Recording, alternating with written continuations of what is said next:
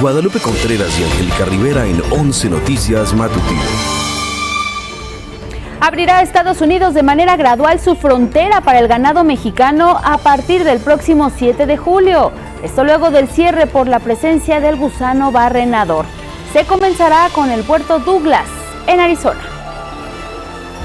Concreta el Senado nueva ley para la Guardia Nacional. Ahora este cuerpo de seguridad pasa a manos de la Secretaría de la Defensa Nacional, la cual se hará cargo de los casi 140,000 efectivos distribuidos en el país.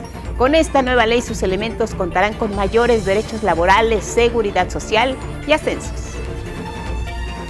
Otorgan a la Unidad de Inteligencia Financiera de Hacienda mayores facultades para fortalecer los mecanismos de prevención y detección de operaciones como lavado de dinero. Esto gracias a la aprobación de las reformas a la ley para prevenir e identificar operaciones con recursos de procedencia ilícita.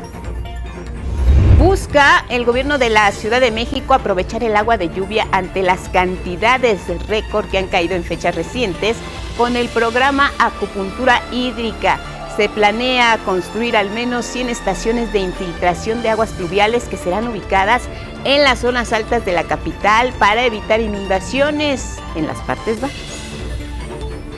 En el mundo, al menos 10 personas han fallecido dentro de los centros de detención del Servicio de Inmigración y Control de Aduanas de Estados Unidos. Entre ellas se encuentra un mexicano que fue hallado inconsciente en su celda en Stewart, Georgia. En la cultura está abierta al público la exposición Eugenio Landesio, las lecciones del arte en el Museo Nacional de San Carlos. La exhibición reúne más de 50 piezas como óleos, fotografías, tratados, dibujos, litografías que muestran la importancia de Landesio como fundador de la Escuela Mexicana de Paisaje.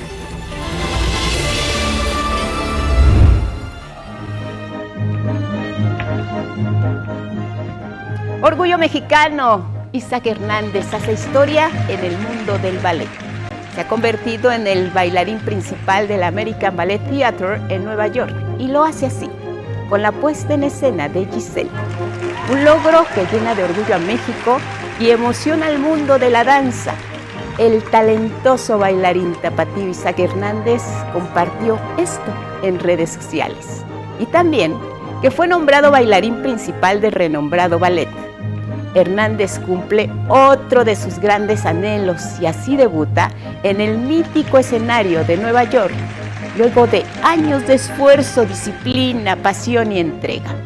Así, en medio de triunfos, Isaac Hernández se ha convertido en un símbolo de inspiración, demostrando que el talento mexicano puede conquistar otros públicos, distintos escenarios y rebasar fronteras con gran determinación y talento.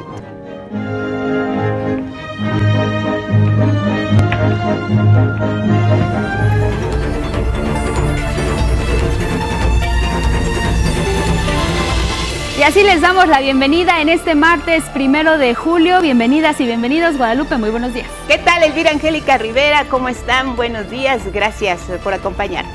Así es, le invitamos a que se quede en este espacio, información nacional e internacional más relevantes para que ustedes estén bien informadas e informados. Agradecemos a Magdalena Alejo y a Jimena Raya por su interpretación en lengua de señas mexicana. Como todos los días, le invitamos a que nos sigan en nuestras redes sociales y también en la página de 11noticias.digital. Gracias y buenos días. Saludos en Radio IPN 95.7, la frecuencia del Instituto Politécnico Nacional. Si escanean la página, el código QR los lleva a más información de nuestros espacios informativos. Aquí recibimos y leemos todos sus mensajes y los compartimos con la audiencia. Y nos vamos directo con la información, y es que mire, a casi 2 meses de que Estados Unidos cerrara de forma unilateral la frontera al ganado mexicano, esto por la presencia del gusano barrenador, la Secretaría de Agricultura de la Unión Americana, la secretaria, su titular, Brooke Rollins, informó que reabrirán de manera gradual sus puertos del sur, esto al ganado, bisontes y equinos mexicanos a partir del próximo 7 de julio. Se comenzará con el puerto de Douglas, allá en Arizona. Posteriormente, el 14 de junio, abrirá el de Columbus, esto en Nuevo México, y el 21 de julio en Santa Teresa. El Departamento de Agricultura de los Estados Unidos destacó también que no ha observado un aumento en los casos de gusano barrenador en México. ni ningún desplazamiento hacia el norte en las últimas 8 semanas. Aseguró así que la reapertura adicional de puertos se basará en la reevaluación continua. Al respecto, la Secretaría de Agricultura de México anunció que precisamente a partir del 7 de julio quedará prohibido el traslado de ganado que no cuente con la constancia de inspección y tratamiento para gusano barrenador.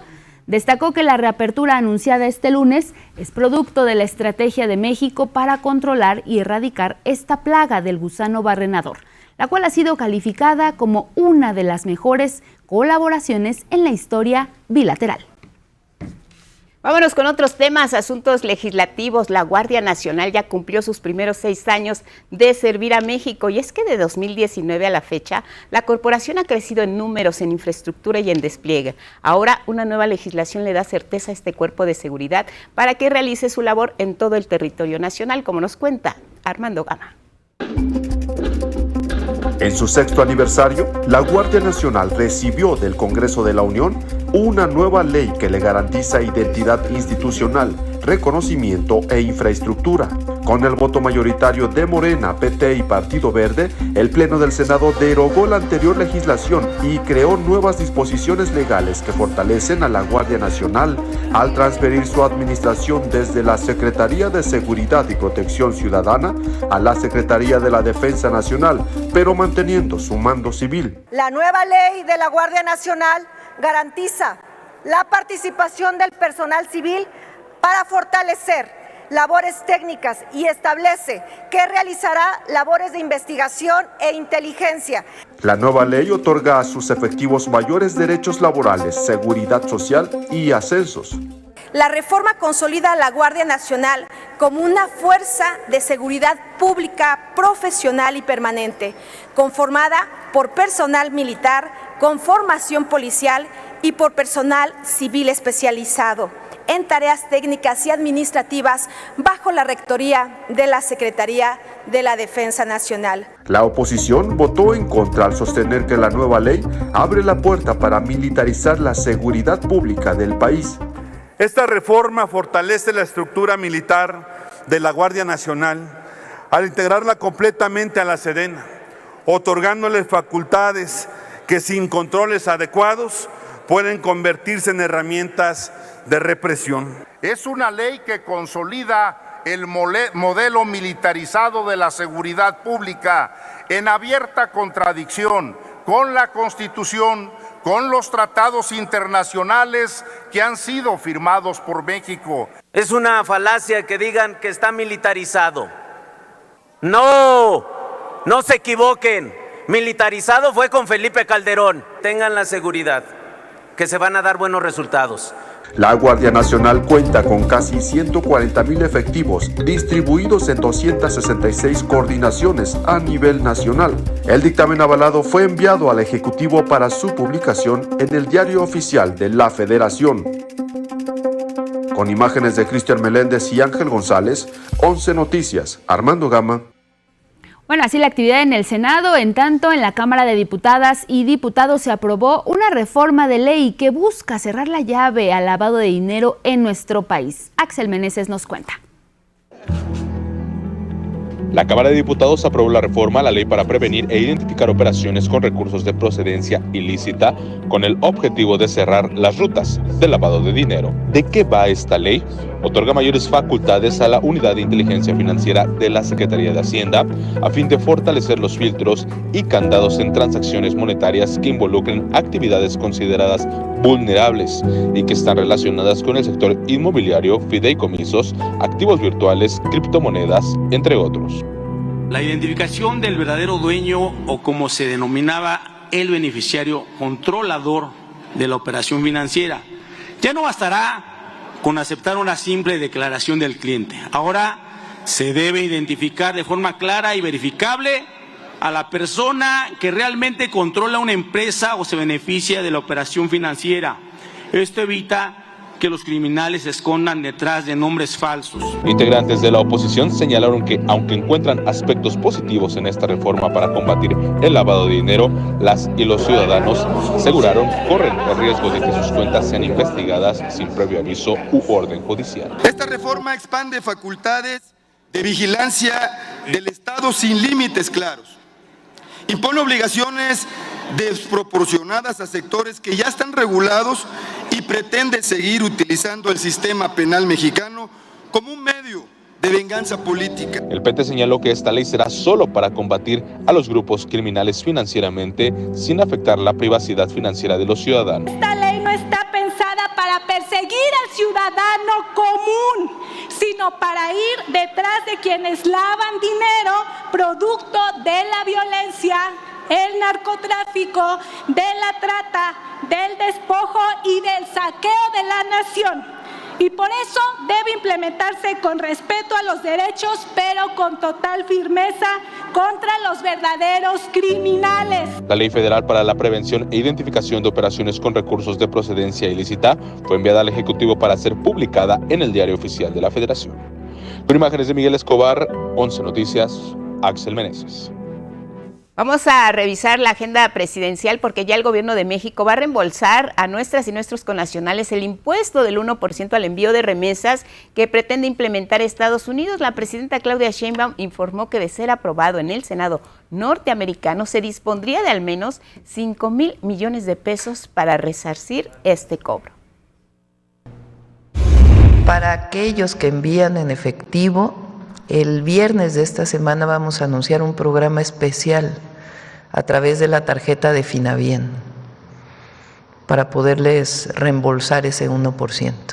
Todavía no se aprueba, pero ya es la redacción que se envía para su aprobación en esta iniciativa. Explicó que el impuesto no aplica para transferencias bancarias, por lo que el porcentaje de quienes resultarían afectados por este gravamen es muy bajo. De acuerdo con el Banco de México, 99% de las transferencias son electrónicas. Eso significa cero impuesto a las remesas. Todas las transferencias electrónicas, cero impuesto. Ese es un gran logro. También en información de la conferencia matutina, la presidenta Claudia Sheinbaum confirmó este lunes el nombramiento de Hugo López-Gatell como representante de México ante la Organización Mundial de la Salud y también ante la Organización Panamericana de la Salud. Yo lo nombré, sí, yo lo propuse. ¿A partir de cuándo? Sin problema, lo puedo decir. ¿A partir de cuándo? La fecha en donde él se iría, pues ya no tengo exactamente la fecha, pero sí es como representante de México ante la Organización Mundial de la Salud. ¿Y enviará el nombramiento al Senado de la República? No se requiere nombramiento al Senado. En tanto, en sus redes sociales, Hugo López-Gatell agradeció el nombramiento y expresó que esta distinción lo compromete a seguir trabajando por la salud pública y el bienestar social de México y el mundo. También expresó que sin duda la justicia es la base más sólida de un mundo más saludable. Vamos a revisar asuntos climatológicos. Aquí en la Ciudad de México, la jefa de gobierno Clara Brugada destacó que las lluvias del pasado domingo fueron históricas y dio un reporte pormenorizado de todas las emergencias que se atendieron. El reporte que tenemos es que hubo 65 encharcamientos en donde se tuvo que intervenir. Hoy escuchábamos en el informe temprano de que fuimos la ciudad con mayor precipitación pluvial en todo el país. Y efectivamente es mucha la lluvia. Estas lluvias torrenciales formaron un taponamiento de basura en la presa Río Becerra, ubicada en la alcaldía Álvaro Obregón. Al tanto, las autoridades capitalinas informaron que la lluvia arrastró una gran cantidad de desechos sólidos que fueron arrojados a los cauces de esta presa. Finalmente, la acumulación afectó el cruce de las calles Chicago, Jazmín, Río Jalalpa, donde una unidad del transporte público quedó ahí varada. Ayer por la noche, el metro también de la Ciudad de México ya reportó que la línea 8 restableció su servicio en todas las estaciones. Tuvieron que pasar 20 horas de trabajos de desasolve en la interestación de Santa Anita y de Coyuya, donde precisamente las inundaciones superaron los 80 centímetros de altura.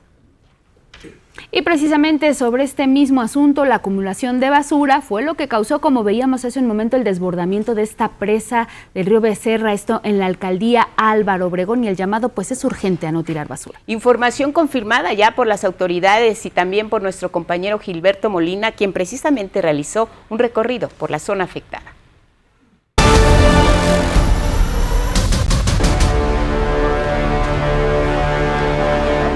Tal parece que todo puede ser lanzado a la presa Río Becerra, en la demarcación Álvaro Obregón. Lo mismo desde lo alto del cerro que a orillas de la calle. El desbordamiento registrado este domingo por el tapón formado en la pared del puente, en el cruce de la avenida Jalalpa y Luis G. Urbina, tiene una explicación.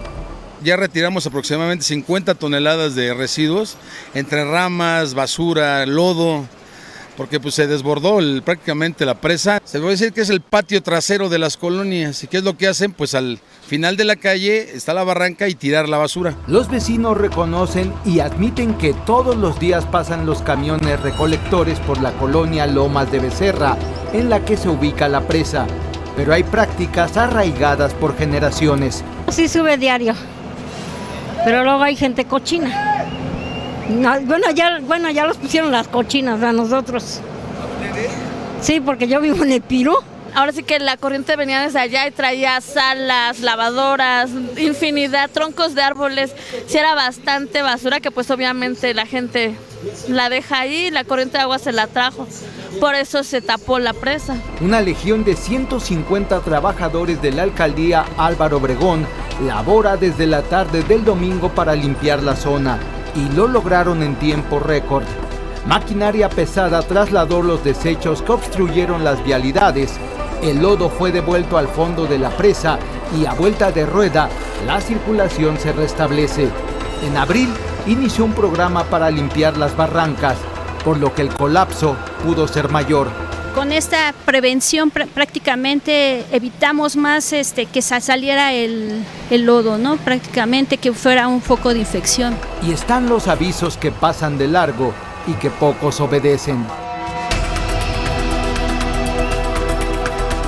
Este es el primer desbordamiento de la temporada de lluvias y quedan 3 largos meses por delante. El llamado es urgente. Sobre todo la ciudadanía, que hagan conciencia de que no deben tirar basura a la barranca. Con imágenes de Cristian Aguilar, 11 Noticias, Gilberto Molina.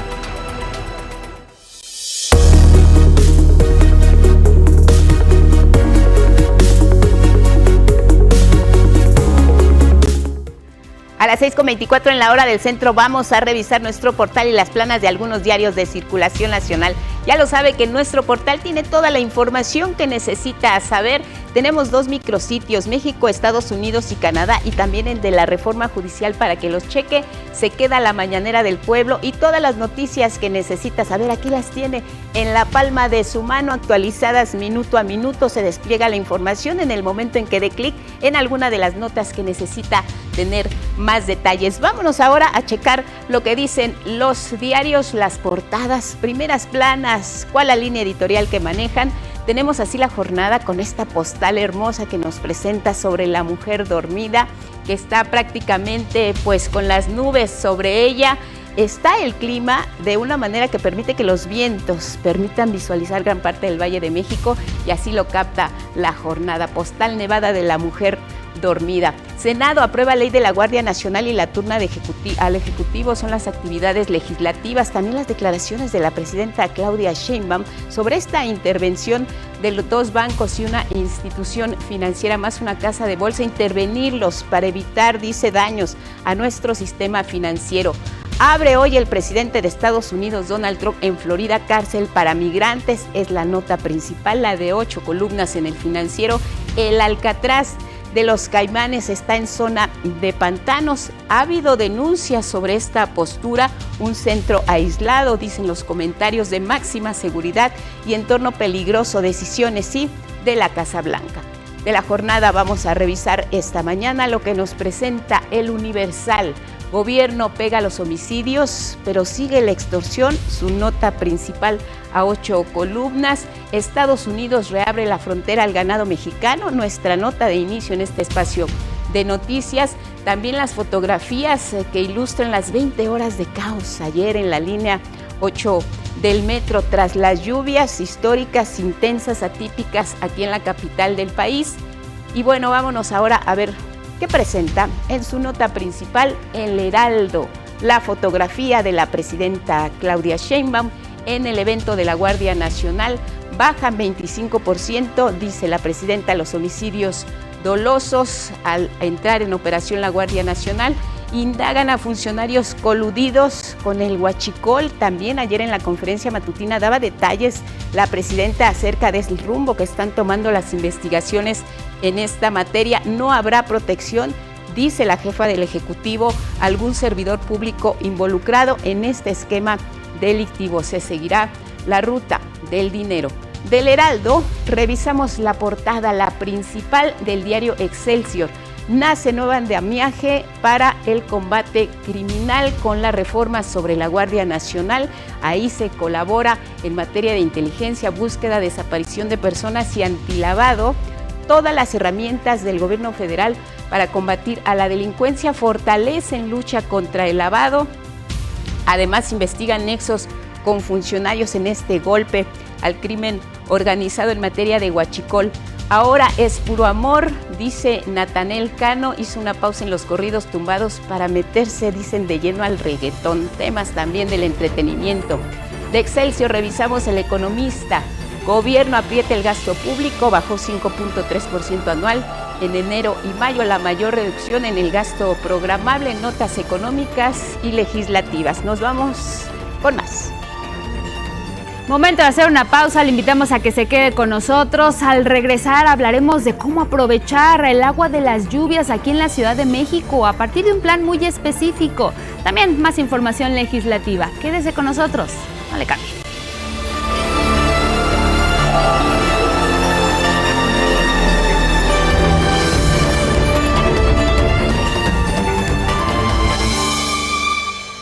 A las 6:30 en la hora del Centro Más Noticias, aquí en el 11, la Fiscalía General de la República y el Gabinete de Seguridad ya investigan la presunta complicidad de servidores públicos que ayudaban a presuntos huachicoleros. Operaban en al menos 5 entidades.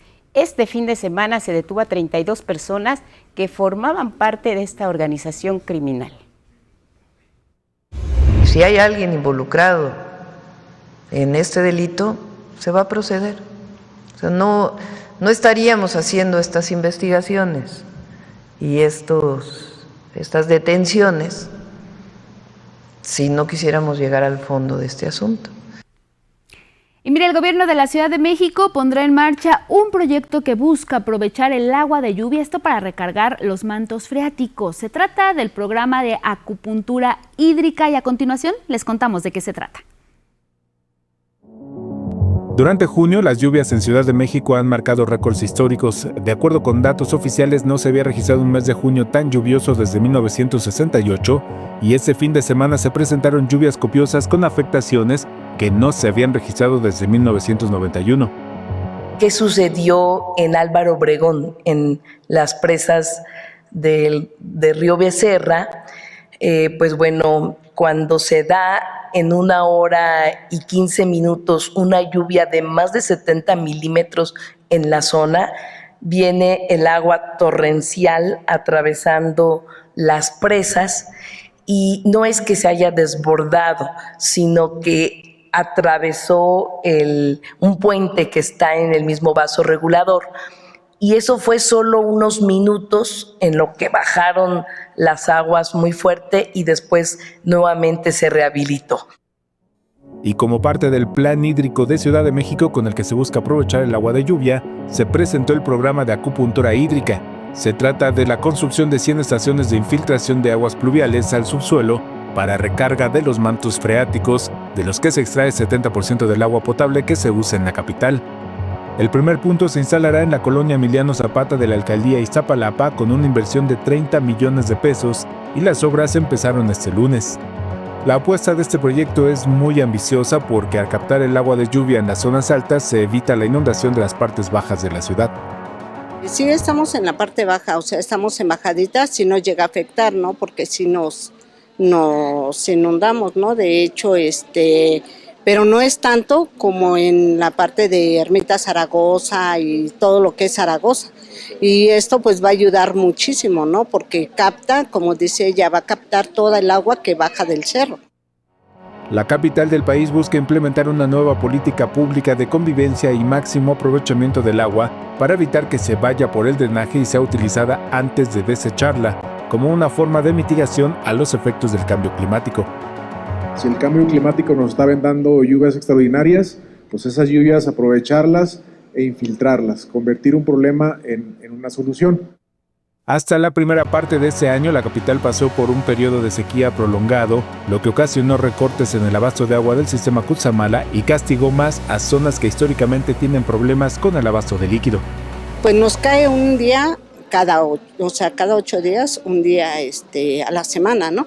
Es, por decir, a mí me cae el día miércoles, empieza a caer a las 2 de la tarde y deja de caer a las 8 de la mañana del día jueves. O sea, no es ni 24 horas. Los puntos de infiltración de agua se instalarán en 100 sitios críticos de la ciudad y se busca aprovechar la infraestructura urbana para colocar estas instalaciones sin causar afectaciones viales ni a residentes de las colonias donde se ubiquen. Y en las zonas donde ya tenemos pavimentado es hacer acupuntura hídrica, es decir, buscar los lugares donde se inundan, donde hay encharcamientos, para que allí se hagan las obras de infiltración de agua.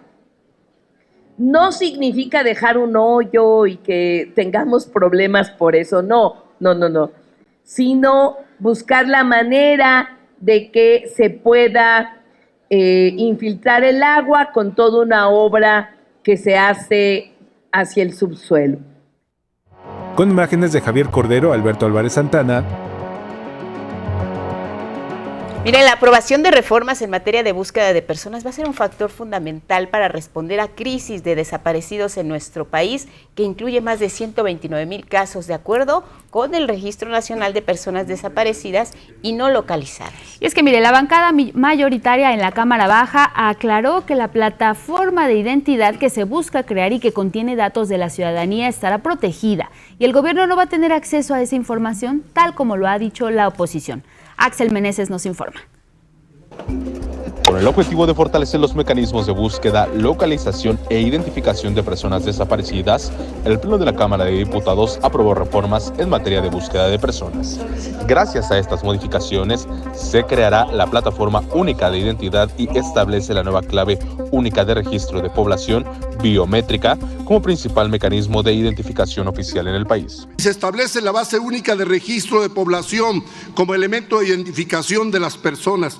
Se incorpora a esta ley la plataforma única de identidad, todo con el propósito de facilitar y agilizar la búsqueda, localización e identificación de personas desaparecidas. Esta plataforma única de identidad también contará con los registros administrativos de servicios financieros, transportes, salud, telecomunicaciones, educación, asistencia privada, paquetería y servicios de entrega, registros patronales y de seguridad social, religiosos, establecimientos de atención a las adicciones y de toda institución privada que administre registros o bases de datos de personas. Y al presentar una denuncia por desaparición, se iniciará la búsqueda de manera inmediata en coordinación con los 3 órdenes de gobierno, fiscalía y autoridades locales. En el debate, la diputada del Verde, exbuscadora y activista Erika Santana, reconoció que las instituciones encargadas de la búsqueda de personas no han dado a los familiares resultados. Por ello dijo, es de suma importancia esta iniciativa.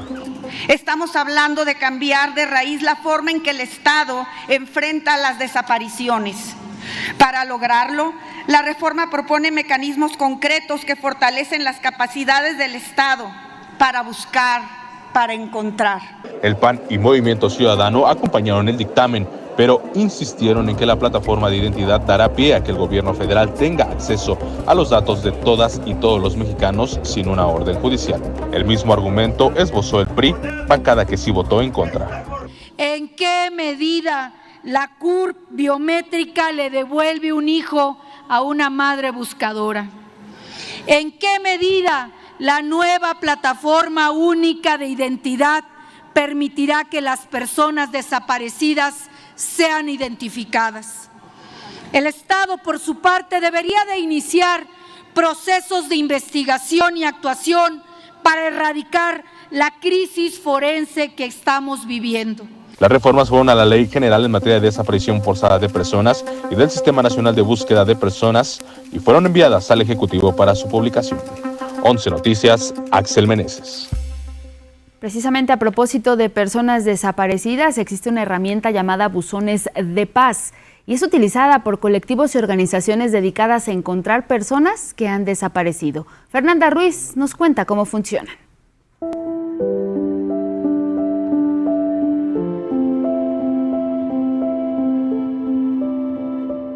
Estas cajitas de madera fueron donadas por un solidario. A un costado del atrio del Templo de San Agustín de las Cuevas, en el centro de Tlalpan, se encuentra una caja de madera que contiene un poco de consuelo. Es un buzón de paz. Tras finalizar cada misa, el sacerdote invita a los feligreses a dejar un mensaje a las familias buscadoras de Ciudad de México. Siempre dicen que oran por nosotros para que podamos encontrar la paz, y ese es el principal objetivo, que nosotros queremos tener paz en nuestro corazón. En la alcaldía Tlalpan se han instalado 11 buzones, que no solo son depositarios de mensajes de amor, también de información sobre personas desaparecidas. Esta herramienta la adoptamos de la Brigada Nacional de Búsqueda. El primer buzón se instaló en el estado de Morelos y es donde ayudó en años pasados a encontrar campos de exterminio.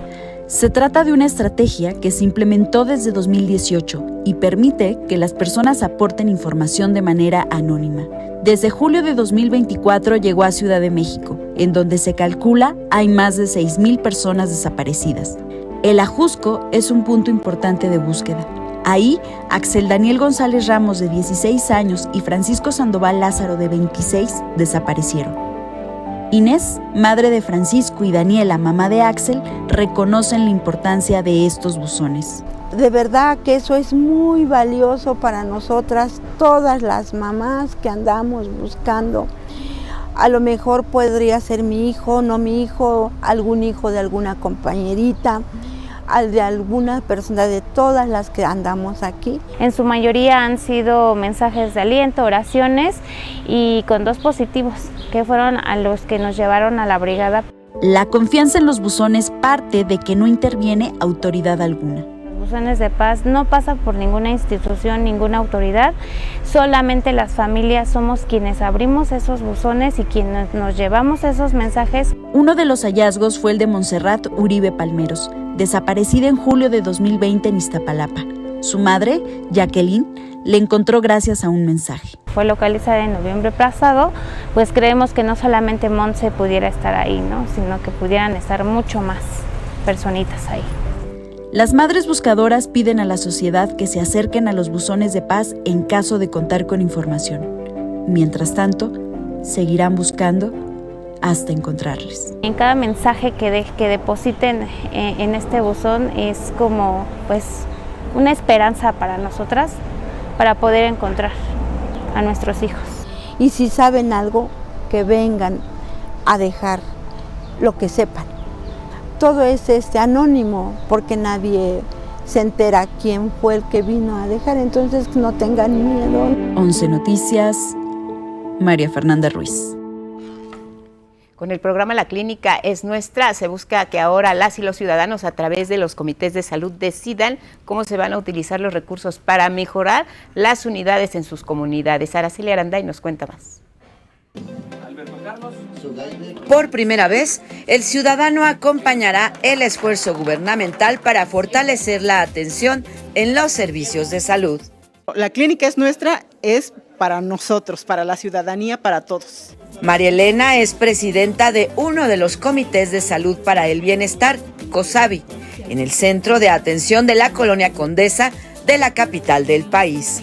Su función principal, junto con otros ciudadanos elegidos por la misma comunidad, será supervisar y decidir cómo se utilizarán los recursos para mejorar la unidad de salud de su colonia.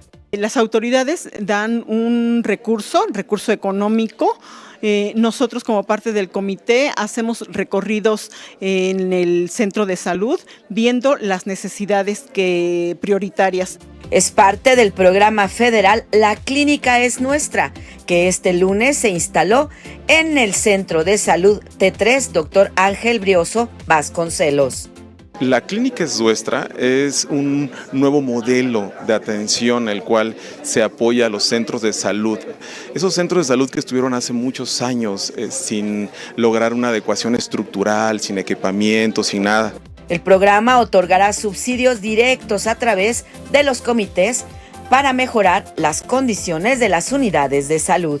Esta es una gran oportunidad para recuperar la confianza, para reactivar la economía local mediante la adquisición de bienes y servicios dentro de la misma comunidad y para trabajar juntos en la construcción de entornos saludables.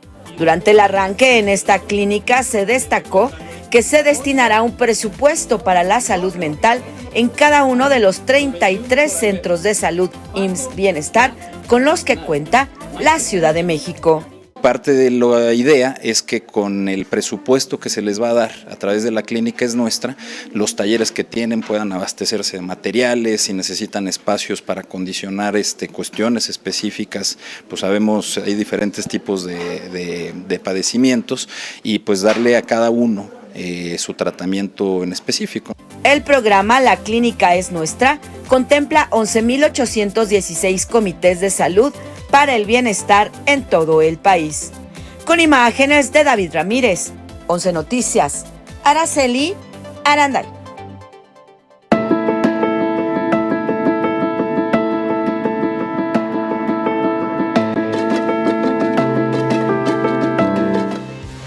Vamos a conocer las condiciones meteorológicas para este martes y cómo va Flossi. Carlos Guevara Casas con el estado del tiempo. Buenos días. Hola, Carlos.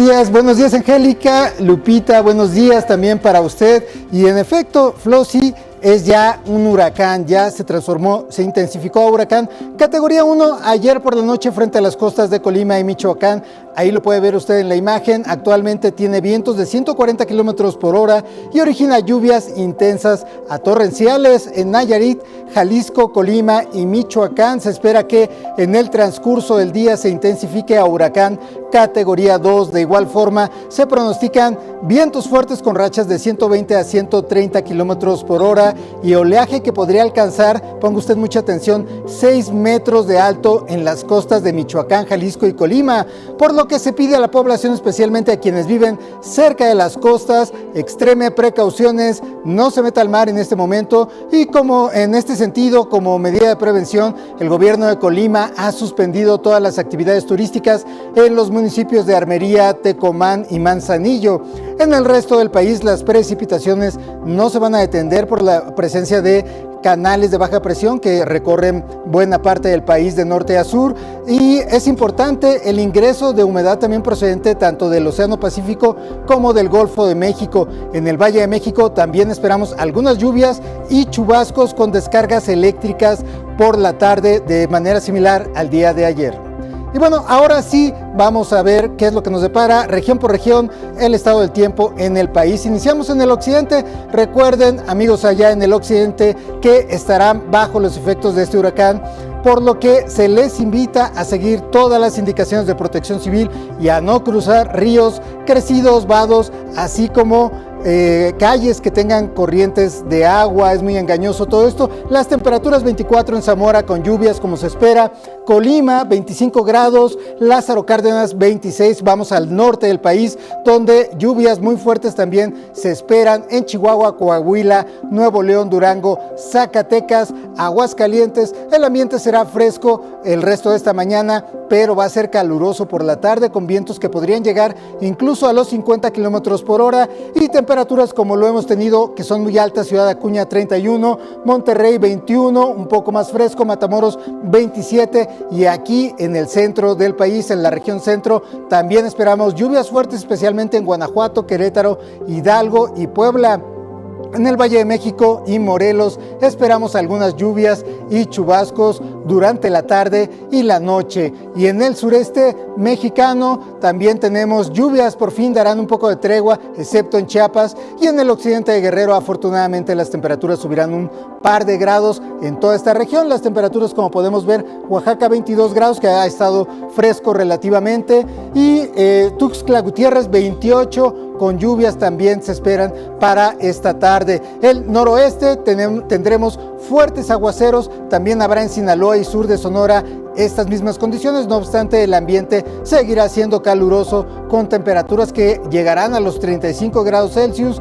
En la península de Baja California, eso sí, no lloverá, como podemos verlo en el mapa, con temperaturas que podrían alcanzar las extremas en 45 grados en Mexicali, en Guerrero Negro 23, ligeramente fresco, pero sin ninguna posibilidad de lluvia.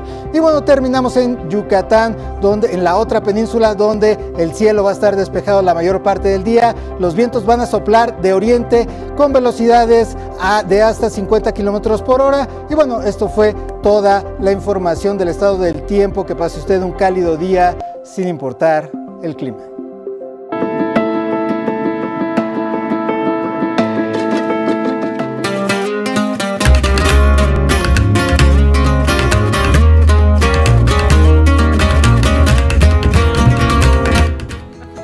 Estamos aquí con Miguel de la Cruz, estrenando un poco escenario. Miguel, ¿qué te parece? ¿Te gusta? Pues bien, voy a darle cómodo, la ¿no? vuelta. Mira, tenemos para poner nuestras manitas, tus papeles, tu Exacto, guión. tienes razón. ¿Cómo estás, Miguel? Muy bien, muy buenos días a todos. Les cuento, fíjate, hay una exposición que toca el tema de Eugenio Landesio, Las lecciones del arte se llama, que se presenta en el Museo Nacional de San Carlos. Se reivindica la aportación de este artista italiano a la pintura mexicana. Aquí los detalles con Saray Campech. Al asomarse a las salas de la planta baja del Museo Nacional de San Carlos, se encontrarán la historia de un personaje fascinante, Eugenio Landesio. Se trata de la historia de un pintor italiano que nació en el norte de Italia, en lo que hoy conoceríamos como Turín. Se muda muy niño a Roma, ahí aprende a pintar, ¿no? Y a sus 45, 50 años decide enfrascarse en un viaje para cruzar el Atlántico y venir a un país que estaba en una condición muy turbulenta en cuanto a política y dedicarse a enseñar paisaje, ¿no? Artista que, según Justo Sierra, era el paisajista del México de la época. Entre sus alumnos estaban José María Velasco y otros que aprendieron el arte de observar y superaron al maestro, que quedó en el olvido. Pensando que fue un pintor que a finales del siglo XIX fue muy vilipendiado, fue muy criticado, pero eso hizo que quedara en la oscuridad de las historias del arte. Pero recientemente un puñado de historiadores del arte han intentado tratar de revivir esta figura tan importante para la historia de la pintura mexicana. La muestra dialoga con piezas del acervo y mediante una propuesta curatorial encara al visitante con sus ideas. Pensar este género que es el paisaje en función de nuestro presente, ¿no? Entonces, como un joven, una persona del siglo XXI de 15 años quizá, podría acercarse a estas pinturas de una forma crítica o de una forma curiosa y preguntarles cosas a partir de su propio contexto, ¿no? Eugenio Landesio, Las lecciones del arte, hasta septiembre, en Avenida México Tenochtitlan 50, Colonia Tabacalera. Con imágenes de Christopher Arismendi y Yair Maya, 11 Noticias, Saray Campech. Bueno, el taller coreográfico de la UNAM concluyó este fin de semana su temporada número 113 titulada Intersecciones, un proyecto que además busca la versatilidad ampliando sus exploraciones artísticas para abarcar distintos géneros y prácticas de la danza. Siempre que nos vinculamos y nos abrimos a nuevos espacios, a trabajos creativos con nuevas y nuevos coreógrafos que se acercaron a la compañía, pero también a comunión con otras instituciones dentro y fuera de la universidad, hay un crecimiento exponencial y aprendemos muchísimo de nuestro entorno. La obra de gran formato con la que obraron la temporada de Intersecciones fue con Carmina Burana, esta cantata de Carl Orff, a la que la directora Irina Marciano le dio una estética contemporánea para abordar la historia. Una narrativa un poco circular que habla de la fortuna, que habla de la vida, que habla de la muerte, de este tránsito del ser humano y también el acercamiento que tiene hacia lo mundano, hacia lo terrenal, hacia la lujuria. Es una propuesta visualmente muy llamativa, pero que al mismo tiempo tiene un concepto contemporáneo y minimalista. Cada bailarín tiene únicamente 3 piezas de vestuario y simplemente con cambiar esas piezas ya estamos transicionando visualmente, acompañados de la iluminación. El Instituto Nacional de Bellas Artes y Literatura ofrece cortesías dobles para la función de ópera de esta noche, Un rey escucha, del compositor italiano Luciano Berio. Obras en el Palacio de Bellas Artes, soliciten por Facebook, Canal 11 o X. Requerimos el nombre completo, esto es importante porque el nombre lo ponen a la vez, no sabemos quién es, o hay que ponerle el nombre completo. Correo electrónico, aprovechen la función de temporada Un rey escucha. Y vámonos al libro del día, es La última noche de Troya, de Manolo Palomares. Es una autoedición, este libro en voz de su autor.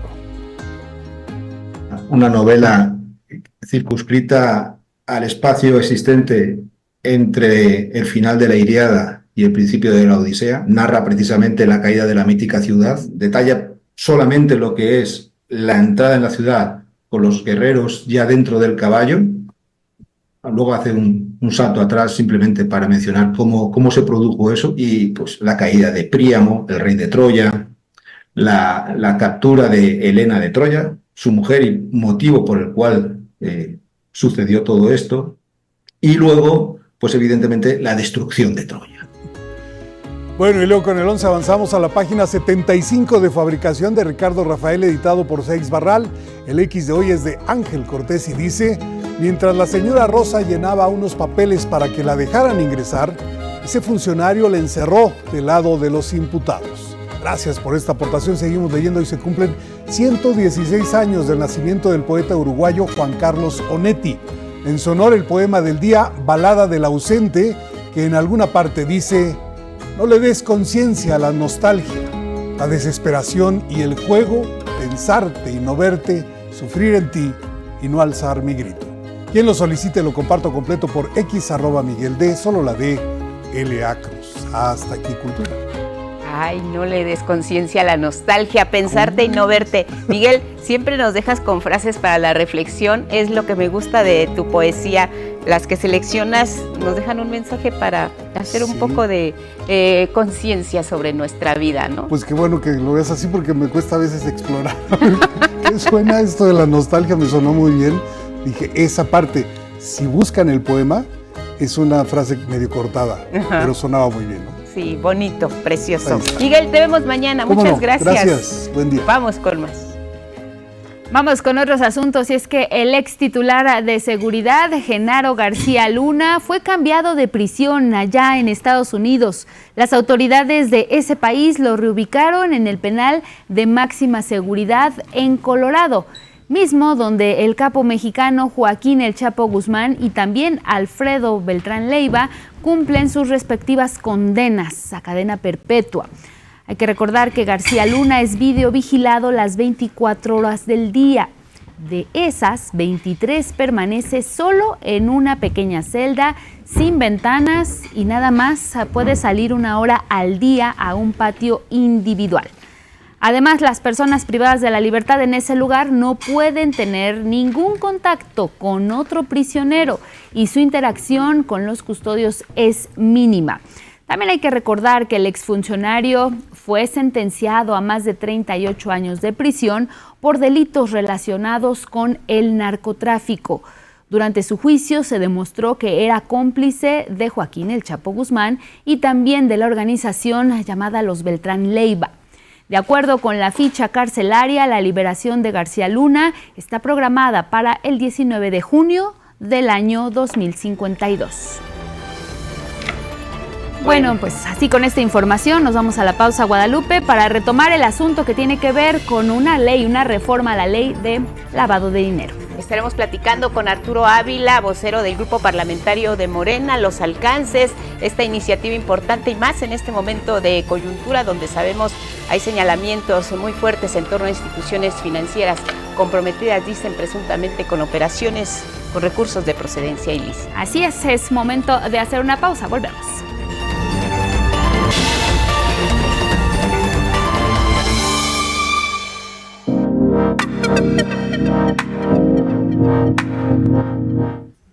Siete de la mañana en el tiempo del centro. Agradecemos esta mañana la comunicación con Arturo Ávila, vocero del Grupo Parlamentario de Morena. Diputado, muy buenos días, bienvenido. Angélica, Guadalupe, muy buenos días, con el gusto de saludarlas, como siempre, por supuesto, y con el gusto de saludar a quienes nos ven y nos escuchan. Gracias, diputado. Pues quedó aprobada esta reforma a la Ley Federal para la Prevención e Identificación de Operaciones con Recursos de Procedencia Ilícita, tanto en lo general como en lo particular. Sabíamos que ya había una legislación, diputado, al respecto, una ley antilavado. ¿De dónde partimos? ¿Por qué se está haciendo esta modificación específicamente en este momento? Y pues, ¿cuáles serían los alcances precisamente de esta reforma, pues para evitar estas operaciones que favorezcan el lavado de dinero en nuestro país? Así es, bueno, el día de ayer, bueno, Fabia, hoy en la madrugada aprobamos 3 leyes muy importantes. Una ya la comentaste, que es la Ley Federal para la Prevención y Identificación de Operaciones con Recursos de Procedencia Ilícita, en donde fundamentalmente reformamos el artículo 11 bis y el 400 bis del Código Penal Federal. También, hay que decirlo porque fueron 2 leyes muy importantes, llevamos a cabo reformas en materia de la ley de desaparición forzada de personas, de la desaparición cometida por particulares y del Sistema Nacional de Búsqueda de Personas y de la Ley General de Población. Y también aprobamos las modificaciones a la Ley Federal de Competencia Económica y a la Ley Federal de las Entidades Paraestatales. En el caso que nos ocupa, cuando hablamos de la Ley Federal para la Prevención e Identificación de Operaciones con Recursos de Procedencia Ilícita, es decir, de las reformas al 11 bis y al 400 bis del Código Penal Federal, lo que estamos buscando es seguir fortaleciendo el sistema antilavado que tiene nuestro país. Hay normas internacionales que están regidas por una organización internacional que se llama Gafi, que es la que agrupa a todos los países que forman parte de esta red, de varios países que de alguna u otra forma buscan tener muy bien identificadas las actividades vulnerables que pueden generar lavado de dinero en los sistemas financieros. En el caso de México, la última publicación que hace esta organización, Gafi, es que México cumplía con los estándares internacionales en términos de cumplimiento de actividades vulnerables. ¿Qué se hace? Simple y sencillamente se refuerza esta legislación de acuerdo a estos estándares internacionales que van siendo motivo de recomendaciones que se hacen a los distintos países, se adecúa el marco jurídico y con eso hoy podemos tener la garantía de que México sigue estando a la vanguardia en todo lo que tiene que ver con operaciones que pudieran ser, primero, de recursos de procedencia ilícita y segundo, que le permiten a nuestro sistema financiero, a nuestro sistema bancario, a las instituciones financieras, tener la certeza de que estamos cumpliendo con la normatividad internacional. Ahora, diputado, ¿cómo se va a garantizar que esta reforma detecte y sancione específicamente a quienes sí se dedican a manejar recursos de procedencia ilícita y no a personas, a pequeños empresarios que igual pueden manejar efectivo y que trabajan de manera honesta, o que incluso esta nueva reforma pueda inhibir la llegada de inversión, de apertura de negocios, de sectores clave como el inmobiliario, el financiero, en fin? ¿Cuáles son esos candados para ir directamente y apuntar hacia la delincuencia organizada y no a quienes trabajan de manera honesta? Bueno, a ver, lo que hay que decir es que lamentablemente la oposición, que es una oposición que no tiene mucha agenda, ha estado tratando de vender esta narrativa supuestamente de que los pequeños negocios, los pequeños comercios van a tener que o van a estar de alguna forma sujetos a esta legislación. Lo que hay que dejar muy claro es que cuando estamos hablando del combate al lavado de dinero, y atender las recomendaciones del Grupo de Acción Financiera Internacional, ¿no? Lo que se busca es que en operaciones de desarrollo inmobiliario muy claras, que tienen que ver con compra-venta de activos virtuales también, como criptomonedas, o la prestación de servicios mediante fideicomisos, se integran a un catálogo de actividades vulnerables, y que este catálogo de actividades vulnerables pueda ser simple y sencillamente supervisado por la Secretaría de Hacienda y Crédito Público.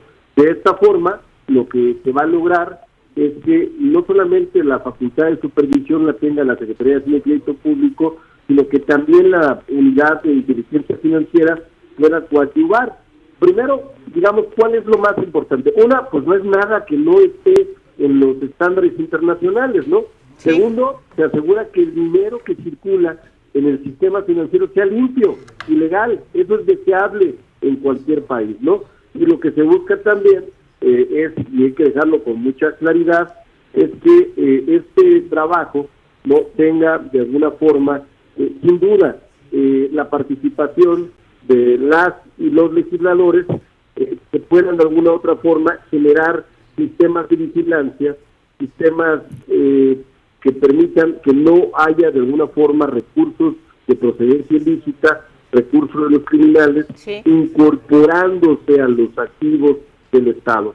Es muy sencillo, es alinearse al estándar internacional del Grupo de Acción Internacional, y con eso pues la Secretaría de Hacienda tendrá la capacidad de acceso, ¿no?, a este tipo de información, y no hay que caer nunca en la narrativa de la oposición que ahora dice, ¿no?, que de alguna forma se va a afectar a las y a los mexicanos. Todo lo contrario, lo que se busca es que nuestro sistema financiero pueda cumplir con estándares internacionales.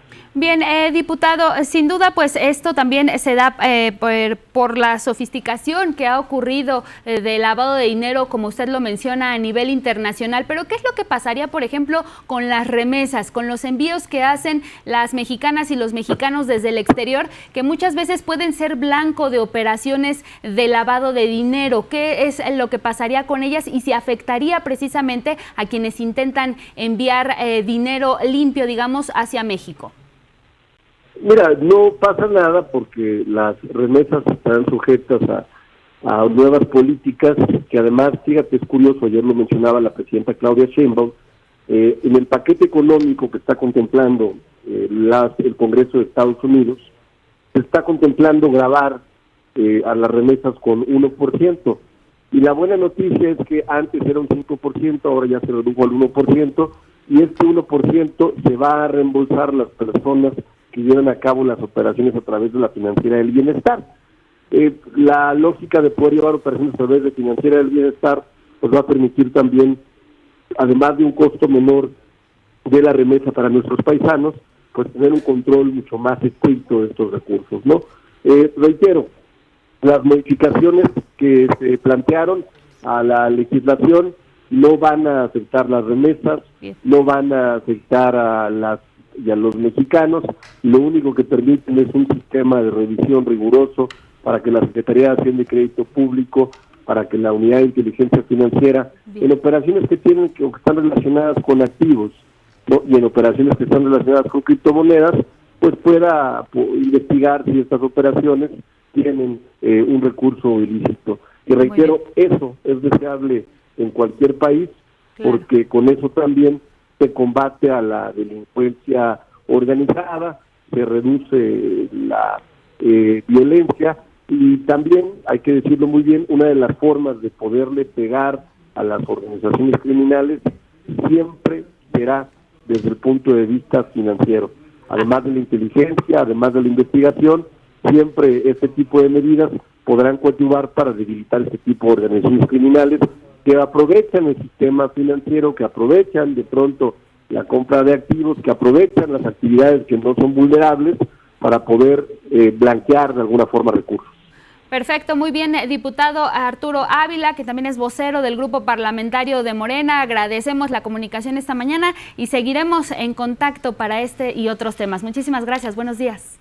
Muchísimas gracias, que estén muy bien, muy buenos días. Buenos días, hasta pronto.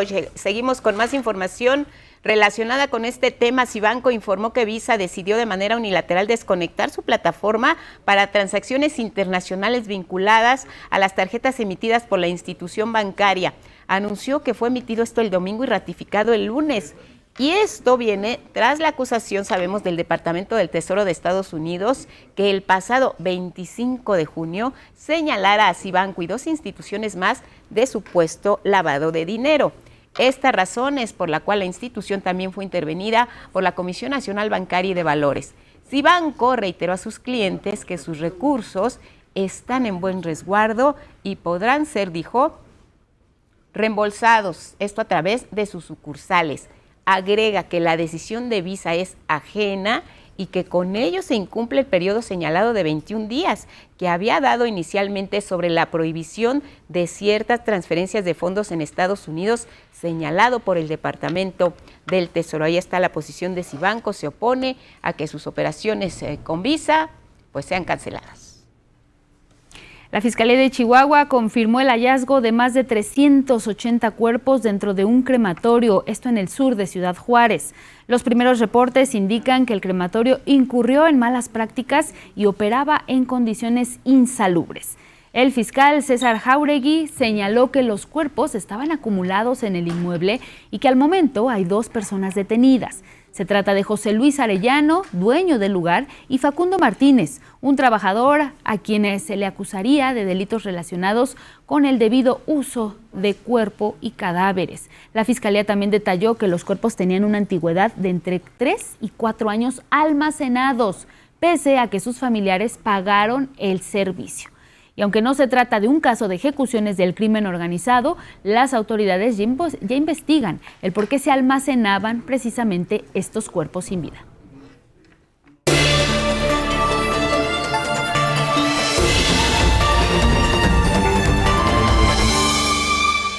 Momento de la ciencia, Carlos Guevara Casas. ¿Cómo estás? Buenos días. Hola, buenos días de nuevo. Buenos días, Lupita, Angélica. Y pues sí, buenos días también para usted. Y bueno, vamos a la información de ciencia y tecnología de OnceLab. El telescopio espacial James Webb logró descubrir su primer planeta fuera del sistema solar. Bueno, los astrónomos que lo utilizan, claro está. Ciertamente es el primero en ser fotografiado de manera directa y ha sido bautizado como el TWA-7b. Se trata de un gigante gaseoso del tamaño de Saturno, ubicado a 110 años luz aproximadamente. Emite un color brilloso, rojizo e intenso que podría ser un remanente de calor de su formación.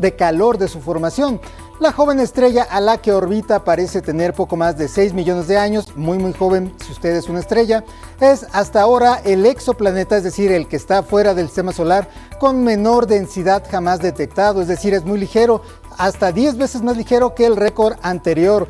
También es el primer planeta que al parecer mantiene unos espacios vacíos y crea estos espacios en los anillos de escombro y polvo que lo rodean. El sistema estelar TWA-7 tiene 3 anillos concéntricos y este nuevo planeta fue encontrado dentro de un estrecho anillo, uno de estos anillos, mediante un instrumento que bloquea la luz de la estrella que orbita, lo que permitió a los astrónomos detectarlo, así como cuando tapamos un foco podemos ver algo que está atrás que no podíamos ver por la intensa luz. Bueno, pues ahí está un nuevo planeta más o menos vecino de nosotros. Y bueno, del universo y del cosmos nos vamos a lo más pequeño, una célula, porque científicos de la Universidad de Virginia revelaron el hallazgo de una estructura celular nunca antes vista en células humanas, a la que llamaron hemifusoma. Fue descubierta gracias a una técnica de imagen llamada criotomografía electrónica que permite observar las estructuras celulares en 3D con una claridad hasta ahora no lograda.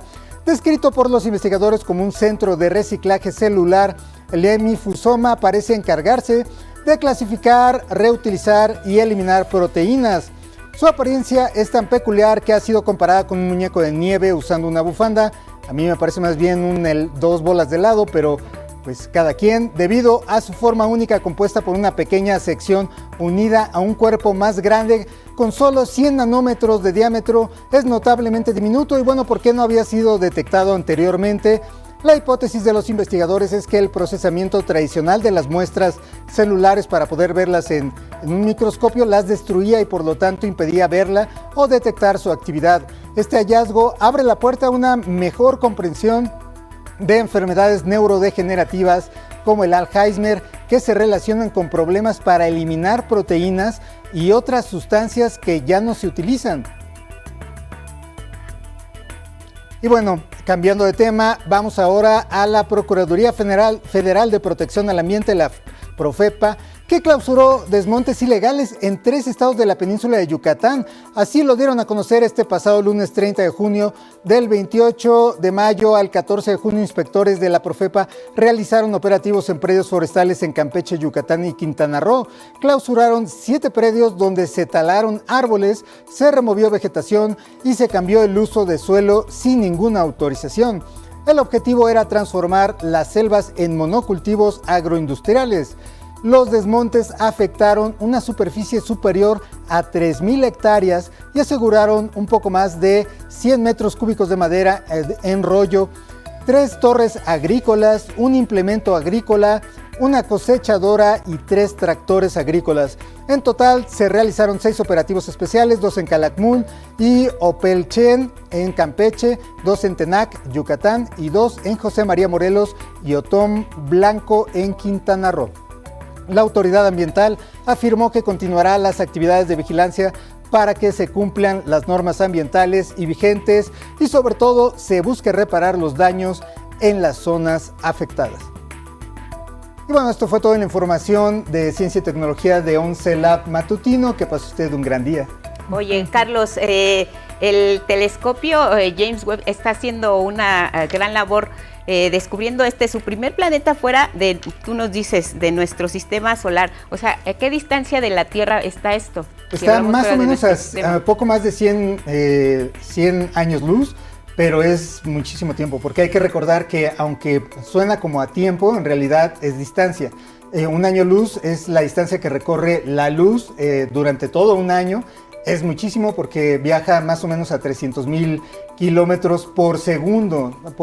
Entonces, haga usted las cuentas y va a ver que es una distancia infinita. Por eso se utiliza mayormente como una medida, porque es más fácil como de poder manejar, ¿no? Pero aún así, para la gente común y corriente como nosotros es muy difícil dimensionar estas distancias, ¿no? Nuestro cerebro, de hecho, no está capacitado para manejar distancias tan grandes, no las podemos imaginar. Pero aún así el James Webb sigue dando una gran cantidad de descubrimientos y es una gran herramienta, ¿no? Claro.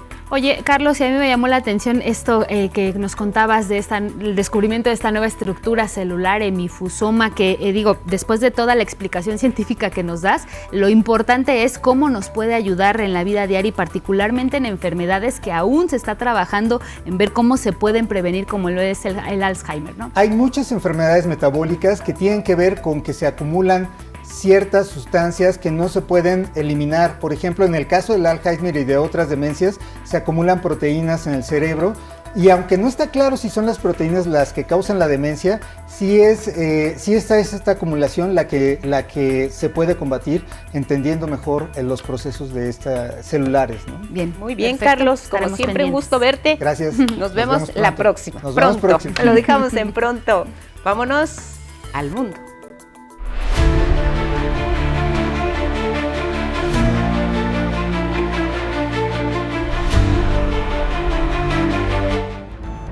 Así es, vamos con información internacional y es que el gobierno de México reiteró su solicitud de salvoconducto en favor del ex vicepresidente de Ecuador, Jorge Glass, quien tenía asilo diplomático en la embajada mexicana allá en Quito.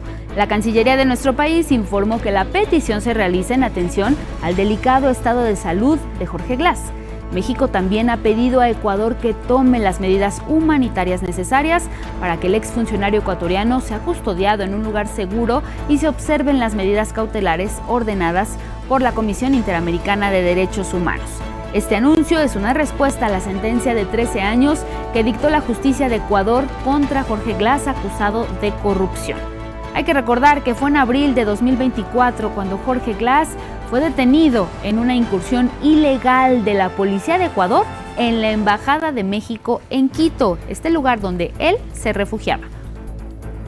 Le damos seguimiento al caso de Kilmar Ábrego García, migrante salvadoreño que por error, sabemos, fue deportado de Estados Unidos a su país, posteriormente regresado a la Unión Americana tras la orden de un juez. Sin embargo, una vez de regreso en Estados Unidos, fue detenido, acusado de tráfico de personas y ahora, a solicitud de su defensa, Ábrego permanecerá en prisión debido a que sus abogados están preocupados de que pueda ser nuevamente deportado si es liberado y se mantiene en espera del juicio por este cargo. Al menos 10 migrantes que se encontraban bajo la custodia del Servicio de Inmigración y Control de Aduanas, el ICE, han fallecido en lo que va de este año. El propio ICE ha difundido los nombres de las personas retenidas y que murieron al interior de los centros de detención.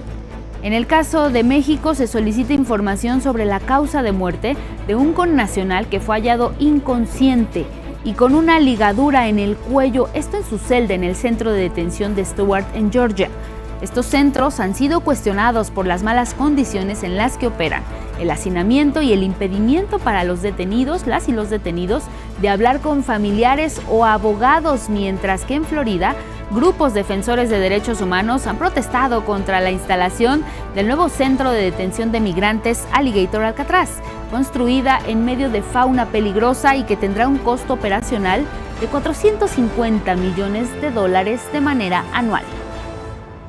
Más de Estados Unidos, el gobierno del presidente Donald Trump continúa su cruzada contra la ciudad de Los Ángeles. El Departamento de Justicia demandó a la ciudad por obstruir, dice, el cumplimiento de leyes federales de migración y crear un supuesto ambiente de presunta ilegalidad. En la demanda solicita a Los Ángeles finalizar su política de ciudad santuario y afirma que es ilegal que la policía local prohíba el uso de recursos humanos, materiales y financieros para las detenciones de personas migrantes sin documentos y agrega que está fuera de la ley el no compartir con autoridades federales información de sus residentes irregulares. Desde principios de junio, recordemos, Trump desplegó a la Guardia Nacional en California y a los Marines para controlar así las protestas contra los operativos de ICE para detener a personas migrantes. Comenzó la deliberación en el juicio contra el rapero Sean Diddy Combs. El jurado, integrado por 8 hombres y 4 mujeres, deberá llegar a una decisión unánime en el veredicto en cada uno de los cargos que enfrenta el cantante y también empresario. Se basará en los testimonios de 34 testigos que se presentaron a lo largo de 7 semanas de duración del juicio. Hay que recordar que está acusado este hombre de conspiración, crimen organizado, trata sexual mediante la fuerza, fraude y transporte con fines de prostitución. De ser declarado culpable, será sentenciado a cadena perpetua. La ley fiscal del presidente de Estados Unidos, Donald Trump, ha iniciado una intensa discusión en el Senado. La iniciativa, que dejaría sin seguro de salud a casi 12 millones de ciudadanas y ciudadanos, enfrenta a republicanos y demócratas. Y aunque el voto republicano unido conseguiría una mayoría simple para pasar esta ley, hay 4 senadores que muestran su rechazo, como nos cuenta Federico Campbell Peña. Intenso debate en el Senado de Estados Unidos. La mayoría republicana logró que el sábado iniciara la discusión de la polémica ley fiscal que impulsa el presidente Donald Trump.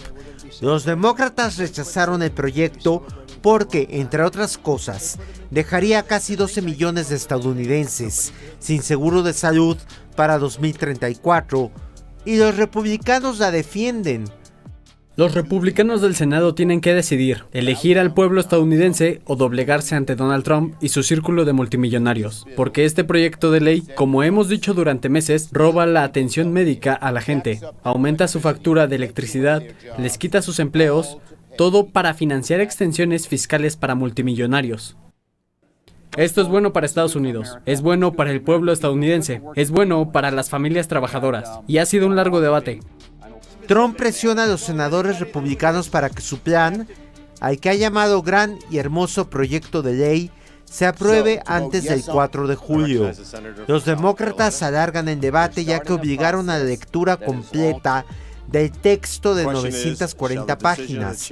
La Oficina de Presupuesto del Congreso estima que el proyecto de ley del Senado aumentaría el déficit en casi $3.300 millones de 2025 a 2034. Les pregunto, ¿el déficit será mayor o menor el próximo año? La respuesta sin duda es que este déficit aumentará el déficit público.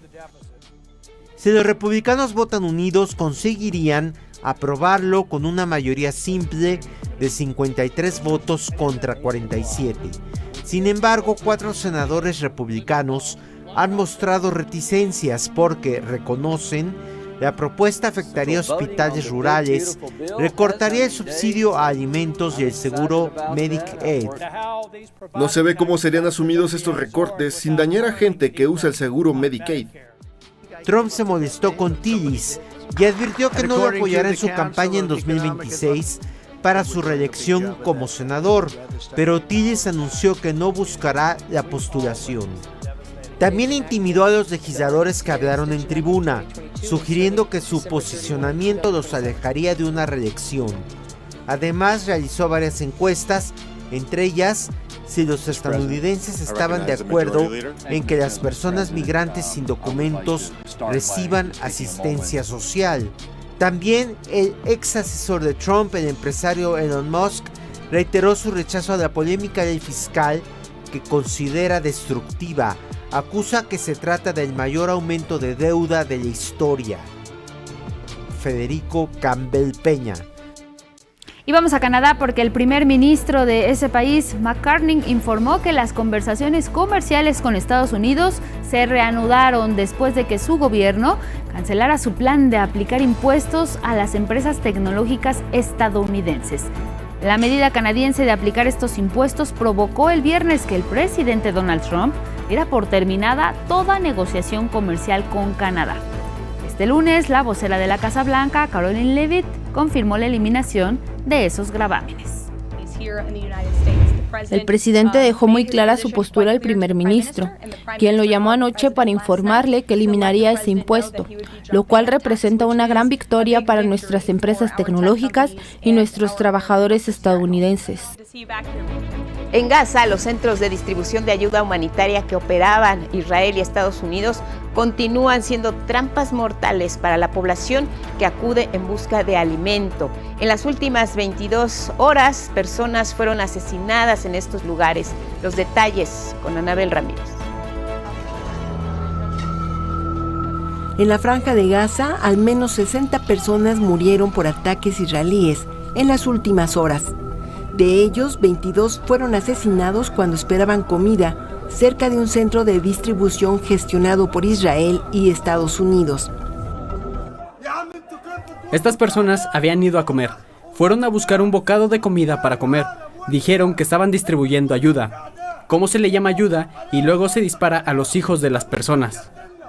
En informes pasados, el ejército israelí admitió que sus tropas habían disparado contra personas por considerarlas presuntamente sospechosas. Ahora el periódico israelí Haaretz publicó que soldados a quienes se entrevistó afirmaron que sus mandos les ordenaron disparar contra personas palestinas desarmadas que esperaban comida, incluso cuando no existía ninguna amenaza.